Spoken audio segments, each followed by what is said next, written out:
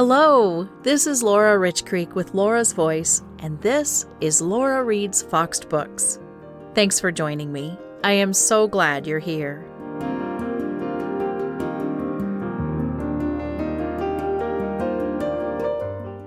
This is our last episode of Season 1. I can't believe we're here. I've so thoroughly enjoyed preparing each week's episode. Preparation started maybe more than a year ago when I first read The Old Gentleman of the Blackstock for myself, and my vision of the podcast started to become clear. We have 2 chapters to wrap up the story of our narrator, Elizabeth Dale, and our old gentleman, Basham Miles.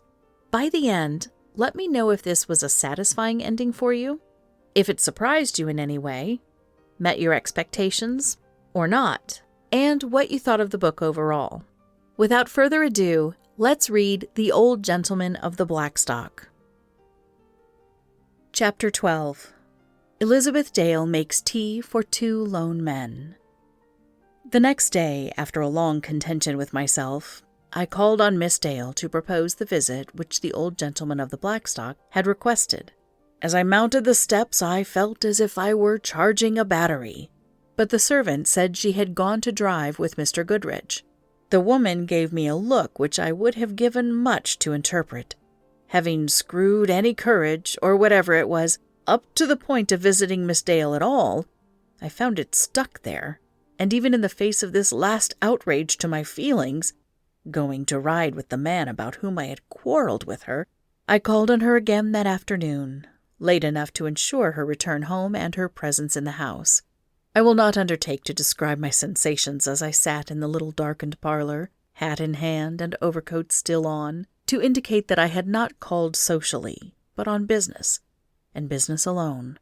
I awaited the return of the servant who announced me, in some doubt, if not apprehension, for I was not absolutely sure that Miss Dale would see me. So when the maid returned and said Miss Elizabeth would be down directly, and proceeded to light the gas in the parlor, I found my heart beating unpleasantly. Then the servant disappeared and left me in solitude.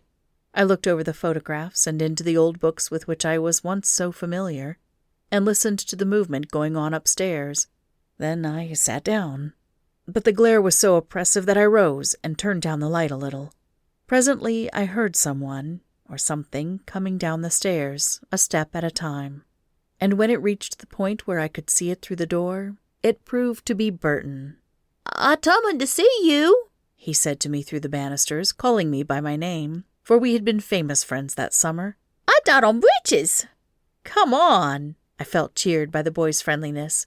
He came in and showed himself off, pointed out his pockets, stuck his hands in them, and strutted around, and rode a cock-horse with all a boy's delight.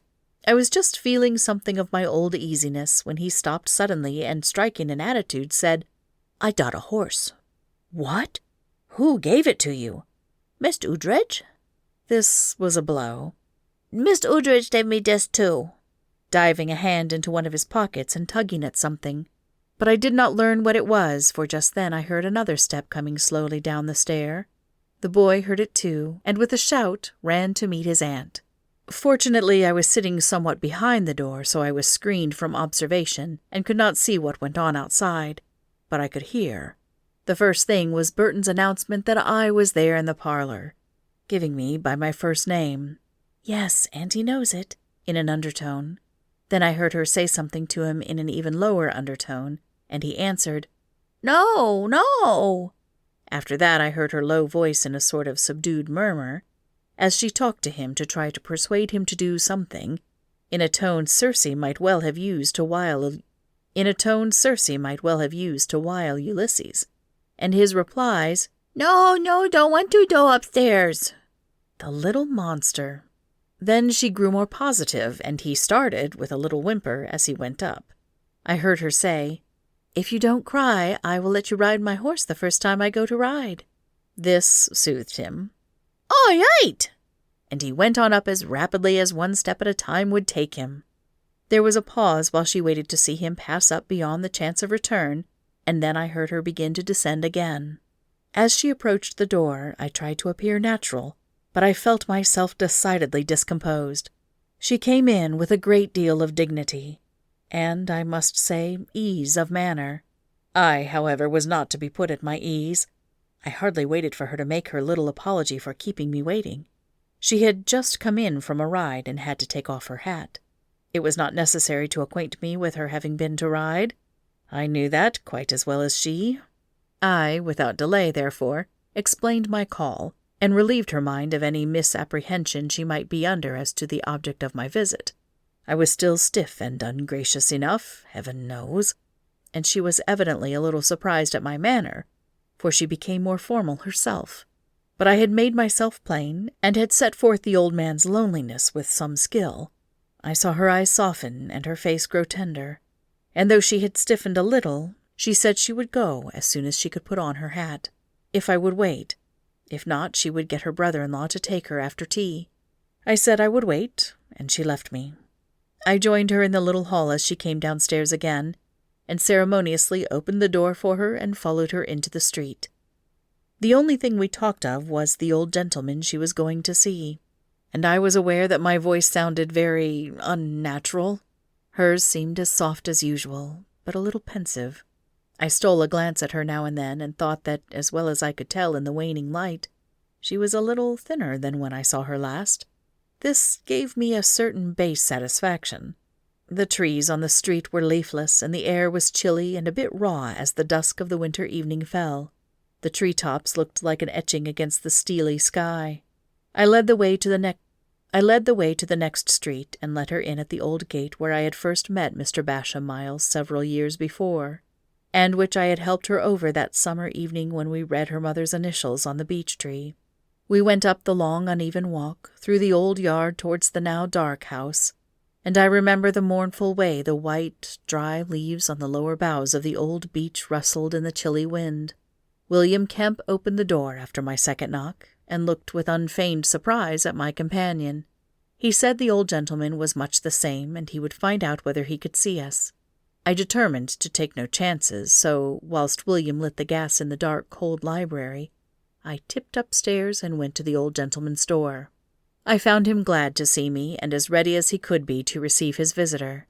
So, without giving him time to think much about it, I acted on his half-consent, and a moment later showed Elizabeth Dale into his room. She paused for a moment at the threshold, and then advanced, and as the old gentleman tried to rise to greet her, quickened her step, giving a little exclamation of protest against his getting up. I have never forgotten the picture they presented. She sat by his side, and he held her hand, so white and slender and fine, his wrinkled long fingers clasping tremulously around hers, as he begged her pardon for the trouble he had given her, and thanked her for the favor she had granted him. He had more strength than I had seen him show. The fine old courtliness of the one and the sweet graciousness of the other were counterparts, whilst the greyness and feebleness of the invalid and the roses and health of the young girl set each other off in strong contrast. They might have sat for immortal age and immortal youth. In a little while she was holding the old man's hand, not he hers, and as he mentioned my name in terms of kindness, I drew somewhat apart and left them together, he doing most of the talking, and she listening and stroking his hand as if she had been his daughter. Presently, he had been talking of his youth in that house, and of the appearance that part of the town used to present when the hill was crowned with houses embowered in trees. He said, "My dear, did you ever hear your mother speak of me?" His voice was so gentle that I scarcely caught it. I could see her embarrassment. She said very slowly, after trying to recollect, "I cannot remember that I ever did." And then, as if distressed that she might have given him pain, she said kindly, leaning forward and stroking his hand softly, "She may have done it, you know, without my recollecting it, for I was a heedless young thing." How sweet her voice sounded, and what sorrow was in her eyes. Sorrow that she must have given that old man sorrow, though she sacrificed all to truth. He did not speak immediately, but presently he said gravely, "I am not surprised." And then he added quietly, "My dear, I used to be in love with your mother, and I never loved anyone else.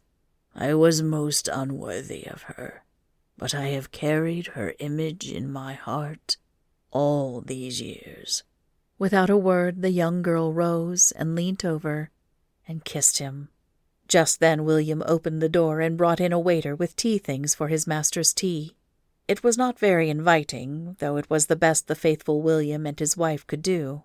Without a word of apology, the young girl stepped forward and took the tray, and then, with no more explanation than if she had done it every evening of her life for him, she set to work to prepare the old man's tea. It was marvelous to see what a woman's hands could do. Her touch was as deft as an enchantress wand. Out of the somewhat crowded and unappetizing waiter came an order and daintiness which were miraculous, and when she handed Mr. Miles his tea in the old blue china cup, I knew that he could not help taking it. The same instinct seemed to teach her what was needed in the room. She flitted hither and thither, a touch here, a touch there, and when she arose to leave a half-hour later, the room was transformed. She left behind her comfort and something like order, where before there had been only confusion. She left more than that. She left an old man cheered and comforted as he had not been in years. As she rose to go, she said, "I want you now to grant me a favor. I want you to let me come again. Tomorrow, will you?" No one could have resisted that appeal, least of all Basham Miles, for she was leaning over him, arranging a pillow for him as he had never had one arranged before in all his life. He could not answer her question. He merely took her hand in both his, and raising it to his lips, said tremulously, "God bless you." The young girl bent over and kissed him good night, kissed him twice, as she might have kissed her father. He said again, "God bless you," and again, when she was at the door, he repeated, "God bless you." We came down the stairs without a word, and William led us out of the door. We were down on the walk when I remembered that I had not told him that I would return later, and I went back to the door. When I came down the steps again, my companion was standing a little way down the walk waiting for me, and I found she had her hand to her eyes. I said, I do not remember just what I said, but she turned a little way off the walk and sat down on a seat under the nearest tree. It was the old beech tree which Basham Miles treasured so. "That poor old man!" she sobbed, and fell to weeping as if her heart would break. I never could see either a man or a woman weep and remain unmoved. I dropped down by her, hardly knowing what I was doing, except that Elizabeth Dale was there weeping and needed comforting, and I was at her side, and before I knew it I had forgotten my pride, my jealousy, everything, and had told her all that was in my heart. It was much, but it was all in one word. I loved her. She did not stop crying immediately, and she did not say a word. But before I was through, she was sobbing on my shoulder, and she did not take her hand away from me. And when I came out of Basham Miles's broken gate, I did not hate Hamilton Goodrich any more. In fact, I was rather sorry for him, for I had learned that he had received his final, though by no means his first, refusal that afternoon. I do not remember just how we got home, but I suppose we walked. I only know that it was through a new town and a new life. We were too late for tea, but I went in, and Elizabeth Dale made tea for the second time that evening, though it was her first time for me. The other members of the family were all out of the way, and as I sat opposite Elizabeth at the shining old mahogany table, with its odd pieces of old silver, which I knew must be bits of salvage from hill and dale, I felt as a sea-beaten mariner might feel who has reached home after long voyaging. I had been tossed on many seas, but had reached haven at last. The old gentleman of the Blackstock had proved a good pilot. Chapter 13. Basham Miles's Will. When I went back to Mr. Miles's, which I did not do, I believe, until Elizabeth Dale sent me off, William told me that he had gone to bed and was asleep, and had told me he might stay in his room that night, and I might not come until next day. This I acceded to, and the next evening I took Elizabeth Dale to make tea for him again. He seemed really better. His eye had a new light in it, and his voice a new tone. Elizabeth Dale went to see him every day after that, twice a day, and sat with him, took him flowers, and made tea for him. Other friends came too, and he saw them and enjoyed them. One afternoon Elizabeth took her little nephew to see him, and he enjoyed the child and took him on his knee and played with him. In fact, the old gentleman appeared so much better that we were all talking about his being out again, all except himself. Therefore I was much shocked one morning when William Kemp knocked at my door and told me he was dead. He had retired that night, about as usual, and when William went to him in the morning, he found him dead in his bed. "He's layin' there, just same's he sleep," said the old servant mournfully. "He told me when he die he want me to send for you to come, and that's the reason I come." I went around immediately and found several neighbors there already, for he had more friends than he had known of. By common consent it appeared that I was the person to take charge of arrangements.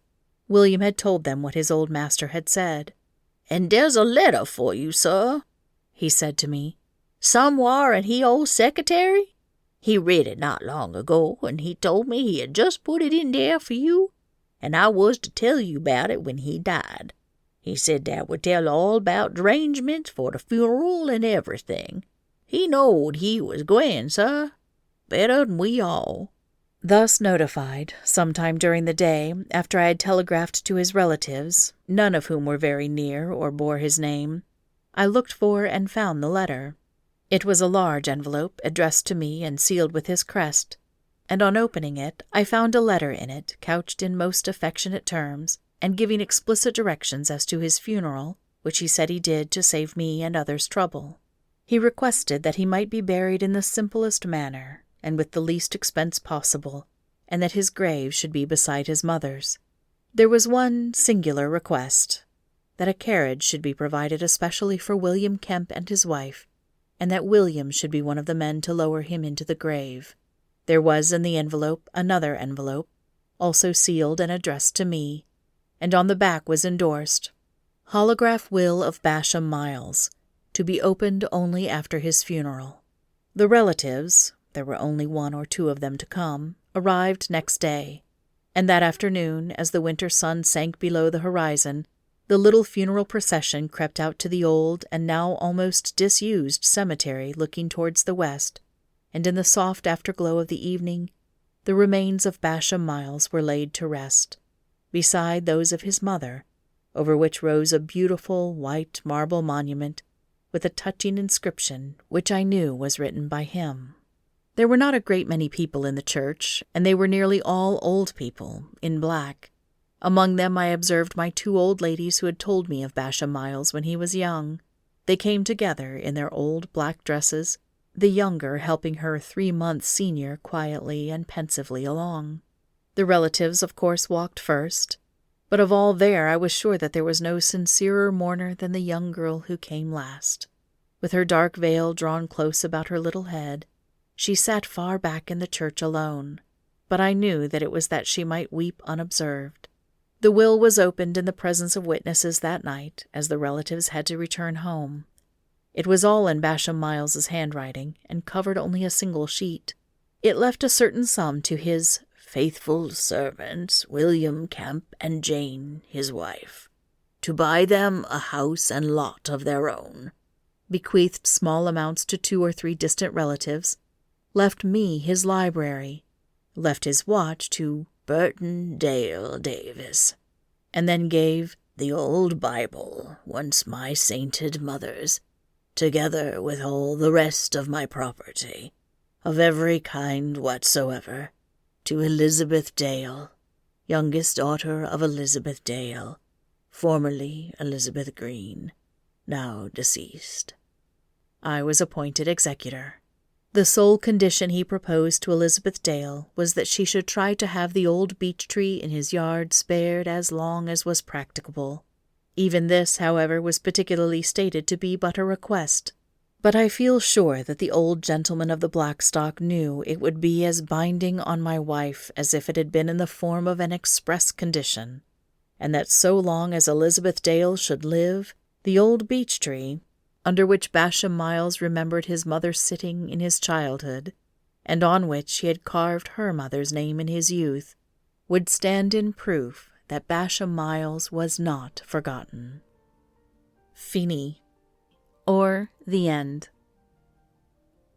End of chapters 12 and 13, and end of The Old Gentleman of the Blackstock.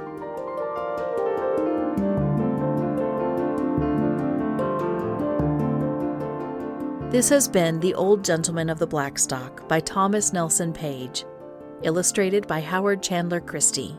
Original copyright is 1897. This edition, copyright 1901. Production copyright 2025 by Laura E. Richcreek. Thanks for being here. See you soon. If you enjoyed this series, you can hit like, the subscribe button, and the notification bell to get alerts when I post more old books for you for free.